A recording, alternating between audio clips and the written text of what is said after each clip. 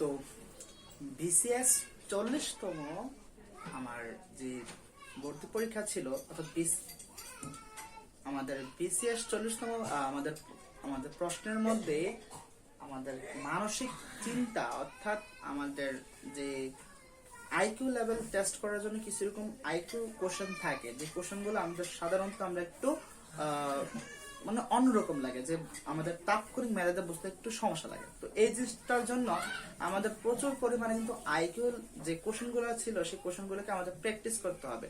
তো গাণিতিক এই আইকিউ কোশ্চেনের মধ্যে কিছু কোশ্চেন এখানে আমি তুলে ধরলাম। তো এগুলোর উত্তর এখন শুরু করব। তো আশা করি সবাই মনোযোগ থাকবে।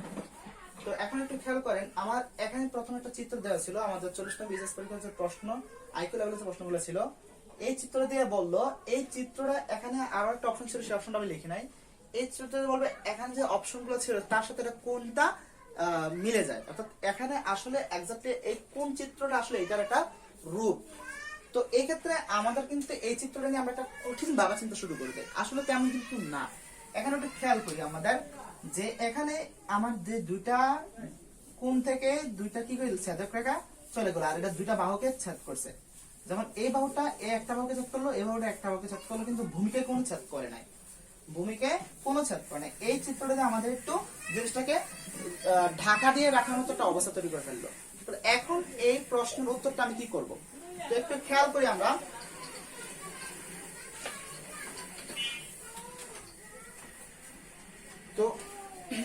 তো খেয়াল করে আমরা যদি এমনটা হয়ে থাকে তাহলে এক্ষেত্রে আমরা কি করব, যে এই চিত্রটা আমরা জাস্ট এই যে ভিতরের ত্রিভুজ আছে সেই ত্রিভুজটাকে বের করে ফেলেন। এই ভিতরের ত্রিভুজটাকে বের করে ফেলে কি দেখা যাচ্ছে, যে এই ভিতরের ত্রিভুজটা বের করে ফেললে আমাদের এখানে এই ছেদক রেখাটা আমরা পাচ্ছি, অর্থাৎ এই কোণ এবং এই বাহু ছেদক রেখাটা পাচ্ছি। আবার এটাকে যদি আমি আবার উপরটাকে রিমুভ করে ফেলি তাহলে আমরা কি পাচ্ছি, এই ছেদক রেখাটা পাচ্ছি। সুতরাং এখানে ভাবনার কোন তেমন কোনো জিনিস নাই, কিন্তু সেক্ষেত্রে আমরা পরীক্ষার মানে পরীক্ষা দিতে যে অনেক ভাবনা চিন্তা করতে হয়, সেই করতে করতে আমাদের উত্তরে হয়তো মিস্টেক করে ফেলি। তো সেই ক্ষেত্রে জাস্ট আমি উপরে যে ত্রিভুজ, ভিতরে যে ত্রিভুজ ছিল সেটা তুলে ফেললে কিন্তু উত্তরটা হয়ে যাচ্ছে, অর্থাৎ এইটার সাথে আমার মিলে যাচ্ছে এটা, অর্থাৎ আমার অপশন এই যে এই চিত্রটা যেটা ছিল সেটা ছিল আমাদের সঠিক উত্তর। অর্থাৎ এটা তেমন কোনো কঠিন না, জাস্ট একটু মানসিক চিন্তা আমাদের ফেলে দেয়। তো এক্ষেত্রে আমাদেরকে একটু সচেতন হলে কিন্তু সহজে আমাদের এই প্রশ্নের উত্তরগুলো দিতে পারি। তারপরে আইকিউটা যদি আমরা একটু দেখি, খেয়াল করি যে এই বৃত্তের এই পাশে একটা তীর চিহ্ন আছে, এই পাশে তীর চিহ্ন আছে, কিন্তু বিপরীত দিকে। এই চিত্রের প্রথম ঘটনা কি, তীর চিহ্ন আছে কিন্তু বিপরীত দিকে। কোন দিকে? বিপরীত দিকে। আমি একটু ব্যাখ্যা চলে যাচ্ছি। আবার এই জায়গায় খেয়াল করি, এই চিত্র কি আছে, তীর চিহ্ন রয়েছে, তীর চিহ্ন অবশ্যই রয়েছে, দুইটা ক্ষেত্রে তীর চিহ্ন অবশ্যই রয়েছে। তো একটা যেই পাশে আছে তার আরেকটা তার উল্টা দিকে রয়েছে, অর্থাৎ এই ক্ষেত্রে একটা বৃত্তের দুইটা তীর চিহ্ন ছিল, এই ক্ষেত্রে এই বৃত্তের তীর চিহ্ন যেদিকে ছিল এই বৃত্তের তীর চিহ্ন তার উল্টা দিকে। তো এখন এই দুইটা ঘটনা বোঝার পর আমি যদি এটা অ্যানালাইসিস করি তাহলে কি হবে, তাহলে এটা খেয়াল করি, এই যে দুইটা বৃত্ত ছিল ত্রিভুজের, এটা দুটো বিপরীত পাশে আছে, যেটা এইটার সাথে মিলে যায়, অর্থাৎ এই তীর চিহ্ন দুই পাশে ছিল, এক্ষেত্রে এই বৃত্তটা এই ত্রিভুজের দুই পাশে আছে। ওকে, তারপরে কি ছিল, তারপরে আমার এখানে দুইটা চিত্র ছিল, দুইটা বৃত্ত, অর্থাৎ এরকম দুইটা বৃত্ত, কিন্তু তীর হলো মাত্র একটা একটা করে, কিন্তু তারা দুইটা বিপরীত পাশে আছে। যেমন এটার পর আমাদের কি হলো, আমাদের এরকম আরেকটা ত্রিভুজ আসলো, তার একটা বৃত্ত ছিল তার শীর্ষবিন্দুতে।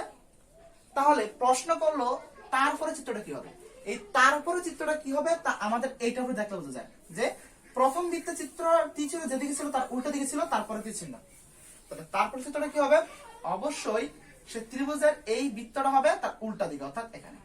অর্থাৎ এই ক্ষেত্রে আমার আনসার হবে আমার এই চিত্র, অর্থাৎ এই আমার যে পরবর্তী যে চিত্রটা হবে তার বৃত্তটা হবে আমার এই শীর্ষবিন্দু বৃত্তের থেকে বিপরীত দিকে, অর্থাৎ এটাই হলো আমার উত্তর। সুতরাং কঠিন তেমন কোনো জিনিস না, জাস্ট আমাদের মস্তিষ্কটাকে একটু খাড়া রাখলে, সচেতন রাখলে কিন্তু একটু সহজ আমরা উত্তর করতে পারি। তো তারপরে যে কোশ্চেনটা ছিল সেই কোশ্চেনটার উত্তরে যদি আমি আসি তাহলে আমাদের একটু অ্যালফাবেট অর্ডার গুলো একটু আলোচনা করি। যেমন A B C D E F G H I J K L M N O P Q R S T U V W X Y Z. মনে করতে পারেন হয়তো আমি এখানে অ্যালফাবেট শুরু করে দিয়েছে, কিন্তু না, আপনাদেরকে সুন্দর করে সহজভাবে বোঝানোর জন্য কিন্তু আমার এই পুরো বর্ণমালাগুলোকে লিখতে হলো। তো এই অ্যালফাবেট অর্ডারে কিছু ম্যাথমেটিক্যাল টার্ম চলে আসে, অথবা এগুলোকে আমরা কিন্তু এনক্রিপ্ট ডিক্রিপ্ট করে আমরা আইটিতে কিছু লেভেলে পড়াশোনা করেছিলাম, কিন্তু এক্ষেত্রে এটার আইকিউ যে সিস্টেমটা একটু আলাদা। তো খেয়াল করি, আমরা অ্যালফাবেট অর্ডারে তার মান ধরবো, অর্থাৎ প্রথম অ্যালফাবেট অর্ডারে আমাদের এ আগে আসে, সেক্ষেত্রে এর মান হবে 1। অর্থাৎ প্রথম দিক দিয়ে সিরিয়াল করলে এটা 1, এটা 2, এটা 3, এটা 4, এটা 5, এটা 6, এটা 7, এই মেমোরিটা চলতে থাকবে। আবার শেষের দিক দিয়ে আমি প্রথম দ্বিতীয় তৃতীয় করতে চাই, তো শেষের দিক দিয়ে প্রথম হচ্ছে এটা, তারপরে হলো এটা, তারপরে এটা, তারপরে এটা, তারপরে বি, তারপরে আমাদের ইউ, তারপরে টি, তারপরে হলো এই এস, আমাদের এস এর মান হবে আমাদের 8। অর্থাৎ প্রথম দ্বিতীয় তৃতীয় চতুর্থ পঞ্চম ষষ্ঠ সপ্তম অষ্টম, তারপর হলো নবম, তারপর হলো দশম, তারপর হলো 11তম। তো এক্ষেত্রে প্রথম দিয়েও অষ্টম, এস এর মান হবে অষ্টম প্রথম দিক দিয়ে, আর এটা হবে নবম, এটা হবে দশম, এরকম করে আমাদের চলতে থাকবে। শেষের দিক দিয়ে ক্রমিক করলে এটা হবে, প্রথম দিকে ক্রমিক করলে এটা হবে। ওকে, তো এখানে একটু খেয়াল করি, আমার যখন এ ছিল প্রথম দিক দিয়ে যখন প্রথম ছিল, তখন আমার এখানে শেষের দিক দিয়ে প্রথম। খেয়াল করি, প্রথম দিক দিয়ে আর শেষ দিক দিয়ে, শেষ দিক দিয়ে। তো প্রথম দিক দিয়ে প্রথম মানে এ ছিল, হ্যাঁ প্রথম, অর্থাৎ 1 নম্বরে এ ছিল, ঠিক শেষের দিক দিয়ে 1 নম্বরটাই আমাদের এখানে আসছে জেড। খেয়াল করি, এখানে 1, এখানে জেড, অর্থাৎ প্রথম দিক দিয়ে যেটা প্রথম, এখানে শেষের দিক দিয়ে প্রথমটা বসছে। তারপরে প্রথম দিক দিয়ে দ্বিতীয় হলো এটা, অর্থাৎ বি, এখানে আমাদের বসে শেষের দিক দিয়ে দ্বিতীয়, অর্থাৎ ওয়াই। প্রথম দিক দিয়ে তৃতীয় আমাদের সি, এখানে প্রথম দিক দিয়ে তৃতীয় আমার বসলো এক্স। এই প্রশ্নের যে উদাহরণ যে দেওয়া ছিল, এইটা তো আমি বুঝে গেলাম যে এখানে প্রথম দিক দিয়ে এ বি সি ছিল, অর্থাৎ প্রথম দ্বিতীয় তৃতীয় প্রথম দিক দিয়ে ছিল, আর এইটির কারণে আমার এখান থেকে আবার শেষের দিক দিয়ে প্রথম দ্বিতীয় তৃতীয় করে শুরু হয়ে গেল। এখন প্রশ্ন করছে জি আই বি বি, এইটা ইজ ইকুয়াল টু কি হবে? অর্থাৎ এই জি আই বি বি এটা প্রথম দিক দিয়ে যে ক্রম হবে, তার ওই সিরিয়ালের শেষ ক্রমিক গুলো আমার বার করতে হবে। সাপোজ এটা যদি আমি করতে চাই, তাহলে এটা প্রথম দিক দিয়ে কি জি, তো জি এর মান প্রথম দিক দিয়ে কত আমরা এটা তো বুঝতে পারলাম।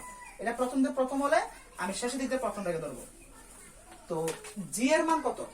খেয়াল করি, এখন জি এর মান হলো আমাদের 7, অর্থাৎ প্রথম দিক দিয়ে 7 ছিল আমাদের জি, তাহলে শেষের দিক দিয়ে 7 কোনটা এটা আমাকে দেখতে হবে। শেষের দিক দিয়ে 7 কোনটা?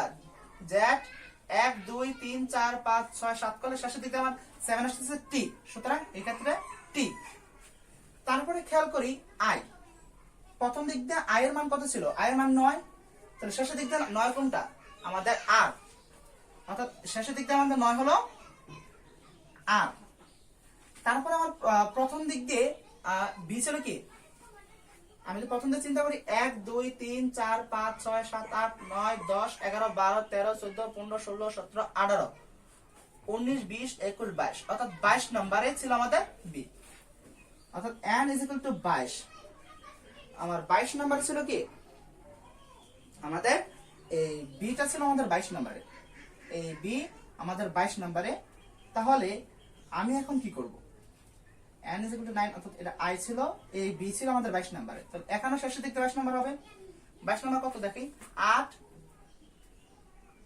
তারপরে 1 2 3 4 5 6 7 8 9 10 11 12 13 14 15 16 17 18 19 20 21 22, শেষের দিক দিয়ে 22 হলো এটা আমার, অর্থাৎ এটা শেষের দিক দিয়ে 22 নম্বর হলো ই, শেষের দিক দিয়ে আমার 22 নম্বর হলো ই। তাহলে সেই ক্ষেত্রে এইটার ক্ষেত্রে আমরা লিখবো যখন n এর মান 22 এর শেষের দিক দিয়ে, তাহলে এটা হবে ই। যেহেতু বি দুইবার আছে, তাহলে এখানে প্রথম দিকে 22 তম মতো বি হবে, কারণ এটা দুইবার রয়েছে। তাহলে সেই ক্ষেত্রে n এর মান 22, সেটাও কি হবে? বি আমাদের ই হবে, কি হবে? আমাদের ই হবে। তাহলে আমি এইটার এনক্রিপ্ট, এটার যে সাজানোর সিস্টেমটার উপর ডিপেন্ড করে আমি এটাকে বলতে পারি যে G I B B is equal to T R E E, অর্থাৎ এইটাই হলো আমাদের আনসার। হয়তো এটা একটু কঠিন লাগতে পারে, কিন্তু একটা কথা আছে না, more practice more practice more practice and more learn. অর্থাৎ আপনি যতই প্র্যাকটিস করবেন, যতই অনুশীলন করবেন, তাহলে দিন শেষে আপনি কিন্তু সেই জিনিসটার প্রতি একটা আত্মস্থ, অর্থাৎ সেই জিনিসটার যে কঠিনত্ব ছিল সেটাকে কিন্তু আপনি আত্মস্থ করে সহজত করে ফেলতে পারবেন। সুতরাং এটা প্র্যাকটিস করতে হবে। তো এই প্রশ্ন জবাবের পর আমি এখন যে প্রশ্নের জবাবটা দেবো তা হলো আমার এই বক্সটা দেখি টপিক থাকে। খেয়াল করি, প্রথম ছিল 1, এরপরে এ, অর্থাৎ এখানে এ ছিল প্রথম অ্যালফাবেট, এজন্য 1। তারপরে সি ছিল 3 নাম্বার অ্যালফাবেট, 3 নাম্বার অ্যালফাবেট, এইজন্য সি এর উপর মান আছে 3। তারপর ই, এ বি সি ডি ই, অর্থাৎ 5 নাম্বারের জন্য ই, এইজন্য তার মান দেওয়া আছে 5। এখন জিজ্ঞেস করছে তার পরবর্তীটা আমার কি হবে, অর্থাৎ এই তার পরবর্তীটা উত্তরটা আমার কি হবে। যদি আমি এখানে যে জিনিসটা আমি বলতে চাই যে এখানে অপশন অনেকগুলো জিনিস রেখেছিল, অর্থাৎ অপশন আমার 7/G রেখেছিল এরকম। আমি যদি আর অনেক অপশনগুলো, এই অপশনগুলো বিশেষ ছিল না অবশ্য, কিন্তু এখানে কারেন্ট অপশনটা অবশ্যই থাকবে। হ্যাঁ, আমি যদি অপশনগুলো আনি তাহলে মনে করেন 8 আই লিখলাম, তারপর আমি লিখলাম 4 এফ, তারপর আমি লিখলাম 6 ডি লিখলাম। তো এই যে 4টা অপশন আমি দিলাম, এই 4টা অপশন থেকে কোন অপশনটা কারেক্ট হবে এই জিনিসটার অনুসারে খেয়াল করি যে এখানে প্রত্যেকটা বক্সে যে বর্ণমালাগুলো ছিল তার উপর কিন্তু তার মানটাই ছিল। তাহলে এই আই এর মান অনুসারে 8 তো হয় না, কারণ 8 নাম্বার হয় A B C D E F G H H, অর্থাৎ এখানে 8, আমার এখানে এইচ হওয়ার কথা। তেমন ভাবে এফ 4 এর জন্য এফ এর কথা না, A B C D E F 6, সেক্ষেত্রে আমার এখানে এখানে এফ এর মান হওয়ার কথা 6, যেহেতু 4 এ বি সি ডি, আমার এখানে ডি হওয়ার কথা, কিন্তু 6 নাম্বার আমার এখানে ডি। তাহলে এই তিনটাই কিন্তু আমার ভুল অপশন। তাহলে সঠিক অপশন হচ্ছে এটা। কারণ আমি যদি খেয়াল করি জি এর ক্ষেত্রে A B C D E F G, অর্থাৎ 7 নম্বরে আমাদের জি আসে, 7 তার নম্বরে জি আসে। সুতরাং কারেক্ট অপশন হলো আমাদের এইটা 7 আর জি।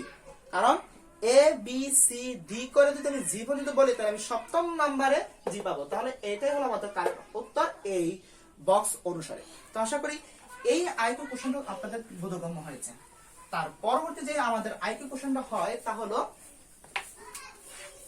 চ into G is equal two 42। খেয়াল করবেন আমি এখানে বাংলা ক্রমিক নাম্বারগুলো লিখেছি, সেই ক্রমিক যদি আমি চ অনুসারে করি তো চ এর ক্ষেত্রে আমাদের হবে 6। ওকে, চ এর ক্ষেত্রে আমাদের 6 হবে, আর জি এর ক্ষেত্রে হবে আমাদের 7। একটু আগে বললাম, কারণ A B C D E F G 7 number আমাদের আসবে আমাদের কি বলে